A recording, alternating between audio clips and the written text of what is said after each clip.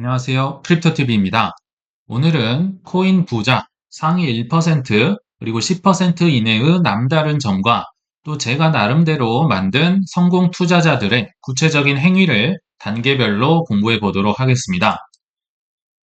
최근에 알트코인들이 일시적으로 큰 하락을 겪긴 했었지만 이게 언제까지 이어질지 모르겠어요. 그러나 이걸로 인해서 펀더멘탈에 큰 문제가 생겼거나 비트코인 시즌이 종료됐거나 절대 그렇지 않다고 생각을 합니다. 다만 최근에 입문하신 분들 또는 훈련되지 않은 분들을 이렇게 한 번씩 걸러주는 몇 달짜리 조정이 아니었을까 생각이 들고요. 그렇지만 여기 예전에도 소개해드렸지만 흔들리는 갈대 같은 분들이 정말 전문가들 중에서도 종종 나타나는 것 같습니다. 저번 6월 14일자 한번 소개해드렸던 전설의 트레이더라고 합니다. 왜 전설인지는 잘 모르겠지만 피터 브렌트가 사이클이 이미 끝났다.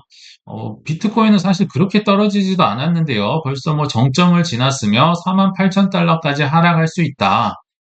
글쎄요, 전 그렇게 생각하지 않습니다. 그리고 또 다른 애널리스트가 하나 나왔는데요. 제가 누군지는 잘 모르겠습니다. 조시 올세비츠라고 하는데 이 친구는 한술 더 뜹니다.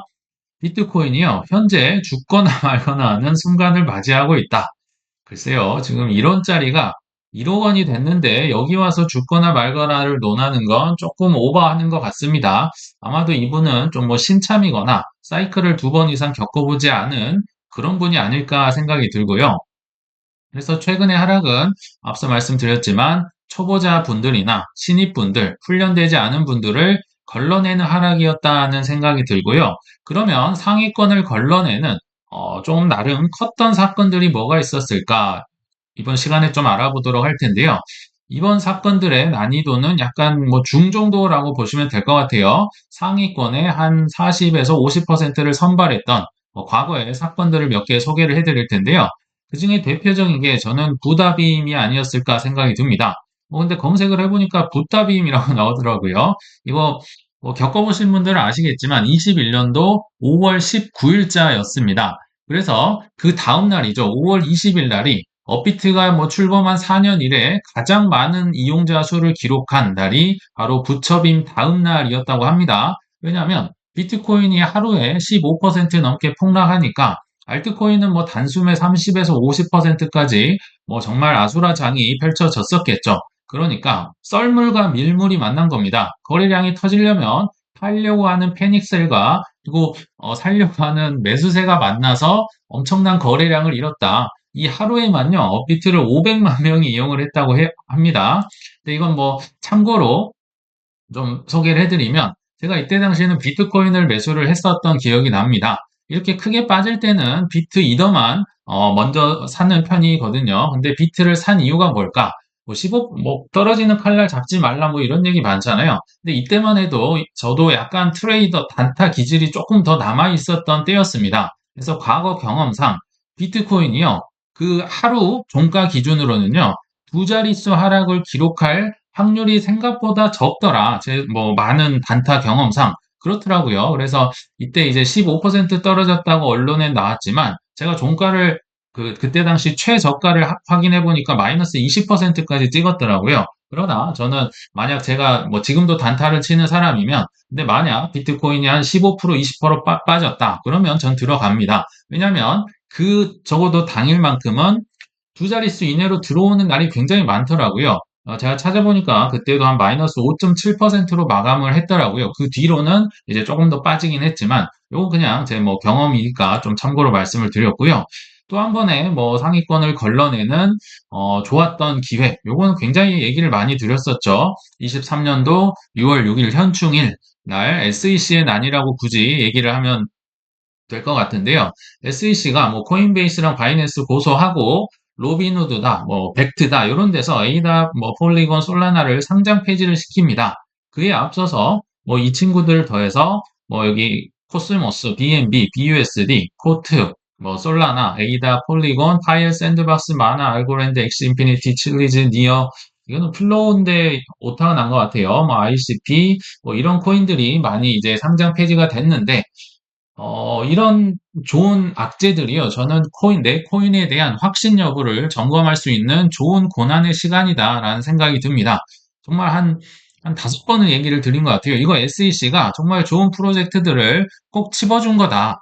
왜냐면 본인이 이제 증권이라고 하면서 본인 관할권으로 넣으려고 하니까 이상한 코인을 본인 관할로 넣어서 이거 벌금 받으려고 하진 않겠죠. 그래서 근데 이걸 뭐 다 살 수는 없으니까 그때 당시 솔라나, 이다, 폴리곤, 뭐 마나, 뭐 알고랜드, 샌드박스 뭐 이런 것들 좀 샀던 기억이 납니다. 물론 플로우도 샀었고요. 그래서 이런 기회들로 인해 상위권들이 좀 걸러졌더라. 그리고 이 사건은 사실 그렇게까지 뭐 하락이 있었던 건 아닌데요. 이 바이든 정부의 어, 단면을 볼 수 있는, 그러니까 코인을 얼마나 싫어했는지를 교묘하게 이제 나타낸 사건 중에 하나라 생각이 드는데요. 역시 21년도로 기억이 납니다. 바이든이 이제 당선된 지 얼마 안 돼서요. 인프라 법안이라 뭐 이제 막 코로나 벌어져서 돈을 찍어내야 되잖아요. 이 인프라 법안을 만드는데 교묘하게 이 재무부와 SEC와 합작으로 해서요. 이 법안 안에 비트코인과 크립토 이 감시 기능을 몰래 넣으려는 시도를 하다가 적발됩니다. 아마 오래되신 분들 기억나겠지만 이 법안 안에요. 브로커라는 걸 교묘히 넣어가지고요. 이 정의를 크게 확장시킵니다. 그래서 이들을 왜 확장을 크게 시켰을까? 이 법안을 만들려면 돈이 많이 들잖아요. 그래서 이 법안을 위해서 이 비용을 지불하게 하려는 좋게 말하면 세금을 거두려고 하는 이 잘못된 시도로 급하게 추가된 문구가 있더라. 뭐 사람들에 의해 다 적발이 됐었죠. 그래서 암호화폐 브로커에게 결국 일단 결론이 났어요. 280억 달러를 뜯어내겠다. 과세로. 왜냐면 이 돈을 풀어야 되니까요. 이 안이 추가가 됐는데 이 브로커의 정의에 의하면 채굴자, 뭐 작업 검증자까지는 뭐 그래도 그럴 수 있겠다. 근데 이때 당시도 중국에서 채굴 금지여서 미국으로 많이 넘어갔었거든요. 그러다가 일반 투자자는 물론 P2P, 그러니까 개인에서 개인까지 뭐 비트코인이나 리플 보낸 송금자들도 다 이거 보고 대상이고 과세 대상이다. 이렇게 돼버린 겁니다. 참 이게 얼마나 얄팍한 수를 쓰다가 걸린 건지 알 수가 있겠죠. 그래서 이런 숱한 시련을 견뎌냈었지만 뭐 하다못해 부다 빔 굉장히 큰 그래도 하락으로 우린 기억을 하고 있겠지만 이제 이것보다 조금 더 상위권을 걸러내는 큰 시련이 등장합니다. 제 개인적인 뭐 생각이지만 제가 다음과 같이 나열하는 이 사건들의 세 가지 이상만 뭐 샀고 팔았고를 떠나서요. 그냥 세 개 이상만 코인을 갖고 있는 상태에서 경험을 했다. 그러면 상위 50% 안에 든다고 할 정도로 어마어마했던 사건들이고요. 만약 이때 당시 매수를 했다. 그러면 일단 단번에 상위 10% 이내로 든다 생각이 듭니다. 그래서 나중에 이제 뭐 1%, 뭐 10%, 20%는 제가 뒷부분에서 좀 말씀을 드리고요. 어떤 사건들이 있었을까? 권도형이 빠지면 안 되겠죠. 근데 최근에 굉장히 재밌는 뉴스가 떠서 잠깐 소개를 해드리면 그렇게 몬테네그로에서 숨겨주는 듯한 보호를 받으면서 뭐 한 1년, 2년은 거의 버텼던 것 같은데요. 알고 보니 몬테네그로 총리가 권도형의 초기 투자자였다고 한 뉴스가 드러났습니다. 그래서 지금 이 몬테네그로 국민들이 난리가 났습니다. 어떻게 알게 됐느냐? 지금 SEC에서 문건을 입수했는데요. 이제는 이제 뭐 합의도 했겠거니 루나를 고소를 했었잖아요. 그러니까 거기에 대한 문건에 이제 모든 루나의 투자자 이름이 한 81명인가 나왔는데 그 중에 몬테네그로 총리가 16번째로 이름이 등장을 합니다. 본인은 안 샀다고, 뭐 기업이 샀다고 하지만 뭐 본인 이름이 떡하니 나와 있었고요. 그래서 1차 투자자 명단에 올랐는데 알고 보니까 루나가 한때 뭐 10만 원 넘었던 걸로 기억이 납니다. 근데 75만 개를 개당 10센트에 구입을 했었다고 합니다. 그러니까 이 둘이 얼마나 친했을까요? 근데 한편으로 생각을 해보시면요. 이들만 있을까요? 주식 시장에도 이렇게 아무리 제도권이라고 하지만 사기꾼들이 있고요. 뭐 부동산 시장 마찬가지. 그리고 뭐 달러로 하는 범죄는 얼마나 더 많습니까? 코인도 많고요. 그러니까 이 친구들은 그냥 걸린 죄인들이고요. 안 걸린 죄인들이 훨씬 많다. 그래서 특히나 알트코인 투자는 위험하다. 뭐 언제 사라질지 모르고 이런 위험이 도사리고 있다는 걸 좀 알아야 된다는 차원에서 좀 말씀을 드렸습니다. 전도형도 사실 우리를 굉장히 힘들게 했는데, 뭐 콤보가 터져버렸었죠. 2022년 5월에 이어서 11월 달에 FTX 사태가 터지면서 이때는 정말 조금 뭐 그로기 상태로 빠졌던 분들이 많았던 기억이 납니다. 아무도 못 믿겠다. 코인 시장이요. 엑소더스 조짐, 뭐 코인베이스나 뭐 바이낸스나 뭐 거래량이 한 70%, 80% 감소를 해버리고요. 이거 코인 시장 다 사기다. 뭐 이런 식으로 다 떠나버렸었죠. 그리고 이때 당시 제가 기억이 나는데요. 사실 부동산 시장도 이랬어요. 주식 시장도 이랬었고요. 그래서 제가 기억이 나는 게 전세 제도 자체를 못 믿겠다. 이때 시기랑 비슷합니다. 이때 뭐 전체 뭐 자산 시장이 폭락을 했던 굉장히 암울했던 시간이다. 근데 FTX 사태도 마운트 곡스 해킹 사건에 비하면 또뭐 조적지혈이라고 할 수가 있을 것 같은데 저는 14년도는 겪어보진 않았습니다만 이때 당시는 현재 바이낸스보다 더 컸던 거래소가 마운트 곡스였죠. 뭐 일본에 있었고 이때 당시 거래소도 몇 개 없었는데 이 회사가 갑자기 뭐 비트코인 80만 개인가요? 85만 개가 해킹이 됐다고 하면서 문을 닫아버립니다. 그러니까 청산만은 제발 막자고 하면서 뭐 사이트가 등장을 하고 청원 운동이 일어났었지만 결국은 망해버렸었죠.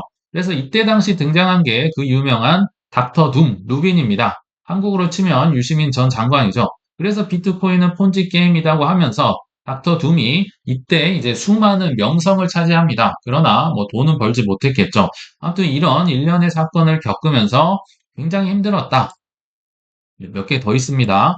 이제 최근으로 오면 드디어 한국이 등장하죠. 박상기의 난, 뭐 은성수의 난은 이 정도까지는 아니었지만 이거는 거의 뭐 시즌 종료를 알려주는 사건이었죠. 18년도 1월 정말 잘 기억하고 있고요. 뭐 그때 비트코인 샀어야 했는데 뭐 이런 얘기가 나왔었고요. 또 올해 3월이죠. 비트코인이 1억을 넘으면서 또 한 번 드디어 이름이 등장했던 유시민 전 장관 과거 발언 비트코인 도박이니까 손대지 마라 바다 이야기다. 근데요 가만 생각해 보면 박상기 전 장관이나 유시민 전 장관 이해가 됩니다. 한국인들이 전 이렇게까지 알트코인을 좋아하는지는 몰랐습니다. 이렇게 도박처럼 대하니까 그런 모습을 본 전 장관들이 이런 얘기를 했겠구나 이런 생각이 드는데요. 아무튼 유시민 전 장관은 그래서 뭐 비트코인이 1억을 넘든 2억을 넘든 5억을 넘든 10억을 넘든 계속 회자될 것이다. 이때 당시 명성을 얻었었겠죠. 굉장히 힘들었던 기억들 많이 있고요. 중국이 빠질 수가 없을 것 같아요. 그러니까 이 정도 급은요. 지금 나라에서 금지를 하는 거잖아요. 정말 엄청난 공포였다. 그래서 뭐 중국 뭐 여러 가지 금지를 했었지만 이 기사 하나가 단적으로 표현을 할 수 있을 것 같아요. 중국의 한 관리가요. 비트코인을 채굴을 하고 부패 혐의를 아마 엮었겠죠. 그래서 종신형에 처해졌다. 채굴을 했는데요. 뭐 다 이거 먼지 안 나는 사람은 없잖아요. 부패 혐의가 적용돼서 종신형. 중국에서 뭐 코인을 뭐 사거나 뭐 주고받을 수 있었을까요? 정말 엄청난 악재들이 많았습니다. 그리고 단기적으로 가장 컸던 거는요, 코로나 빔을 빼놓을 수는 없을 것 같아요. 그러니까 이때부터, 제 기억엔 이때부터 비트코인이 좀 거시 경제, 매크로와 직접적으로 연관이 됐다고 보는 이제 큰 사건 중에 하나였던 것 같고요. 20년도 3월에는 그냥 뭐 다 난리였습니다. 뭐 주식도 그렇고 부동산도 그렇고 심지어 금까지도 폭락을 했던 기억이 나는데요. 그래서 비트코인이 50% 폭락을 이틀 동안 했었다. 코로나에 감염됐다 이런 얘기가 있었고요. 그래서 이런 차트 예전에도 많이 보여드렸었죠. 20년도 3월 이때 당시만 해도 제가 뭐 단타 뭐 일가견이 있었는지 모르겠지만 단타를 쳐서 벌긴 벌었던 것 같습니다. 막 이렇게 사서 이제 이렇게 올랐을 때 팔았겠죠. 그러나 결국은 지나고 보니까 한참 후에 보니까 비트코인이 다 회복을 하고 저 위로 올라가는 걸 보면서 단타는 아니구나. 이렇게 좀 크게 깨달았던 또 사건 중에 하나가 아니었을까 생각이 듭니다. 그래서 이런 사건들을 이제 뭐 많이 제가 좀 소개를 해드렸었는데요. 이렇게 상위권을 걸러내는 뭐 사건들, 이걸 겪은 걸로 끝이 아니겠죠. 그래서 제가 좀 생각을 해봤습니다. 과거에 좀 중구난방적으로 얘기를 했었던 뭐 공부하는 방법이나 뭐 어떻게 하세요 이런 것들을 좀 단계별로 나눠서 구체적인 이제 성공 투자를 위한 계단을 제 나름대로 뭐 틀릴 수 있습니다. 그냥 뭐 재미로 한번 봐주시면 좋을 것 같은데요.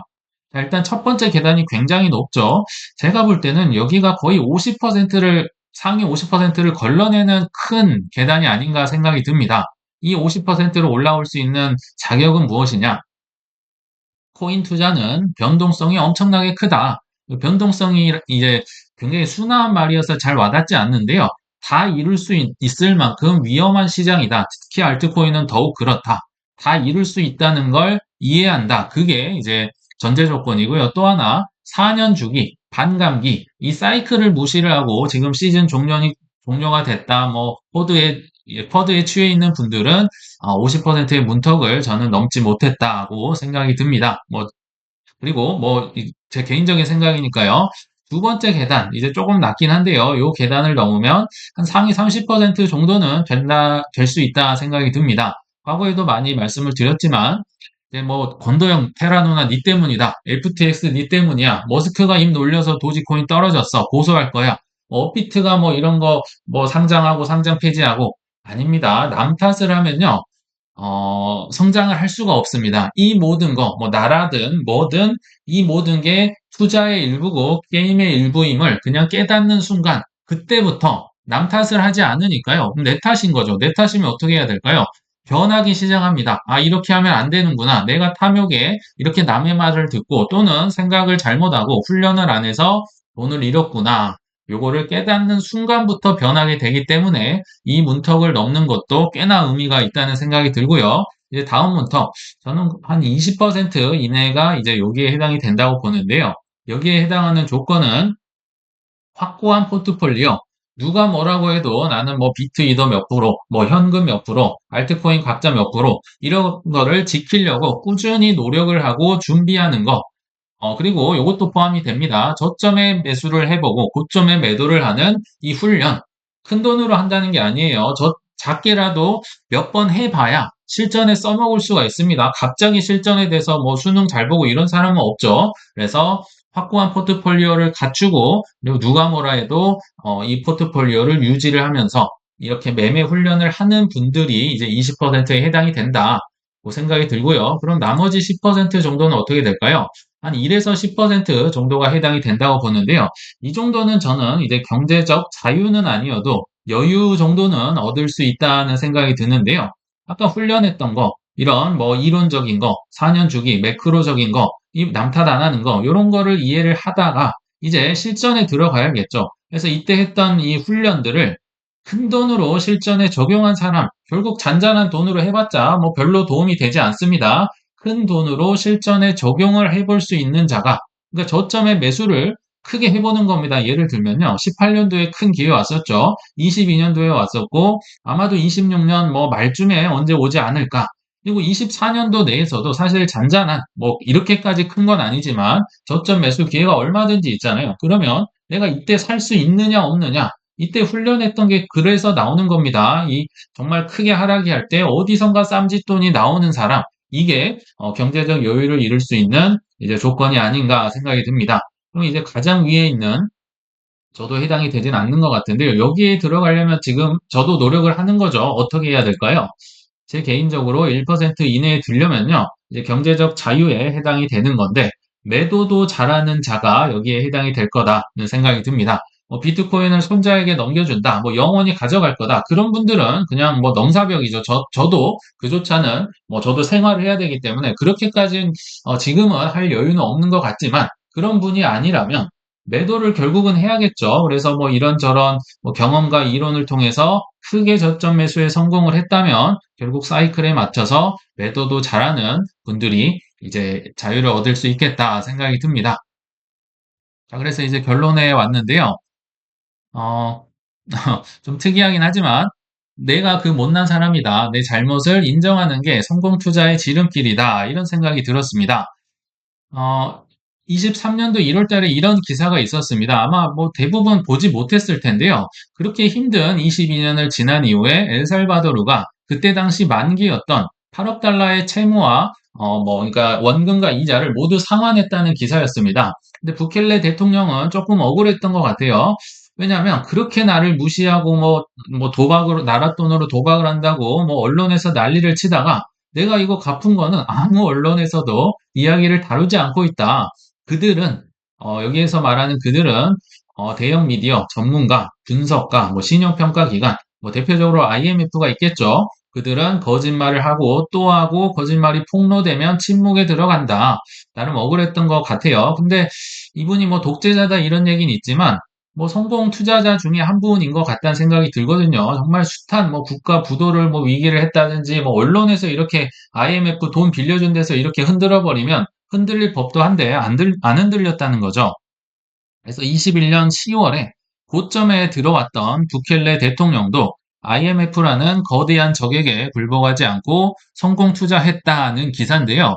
이걸 보니까 17년도 고점에 제가 들어왔다가 폭락을 하니까 계속 남 탓이요, 너 탓, 뭐 비난을 하고 나라 탓 뭐 이렇게 하다가 21년도에 결국 폭등을 하니까 여기 침묵에 들어갔다. 뭐 제가 거짓말은 하진 않았지만 침묵에 들어갔다. 요게 바로 나구나, 저였구나, 바로 저라는 생각이 났습니다.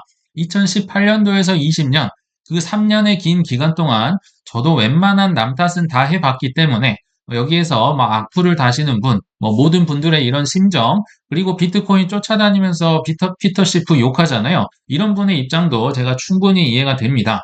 그러나 뭐 권도영이든 머스크를 욕해봤자 남는 건 아무것도 없으며 결국 내 탐욕에 의한 실패였음을 깨닫는 순간부터 내 투자 실력이 자라나기 시작합니다. 앞서 말씀드린 계단을 한 계단 한 계단 올라가시면서 그 소수만이 다다를 수 있는 경제적 자유 내지는 여유를 이뤄내시길 진심으로 바라겠습니다. 시청 감사합니다.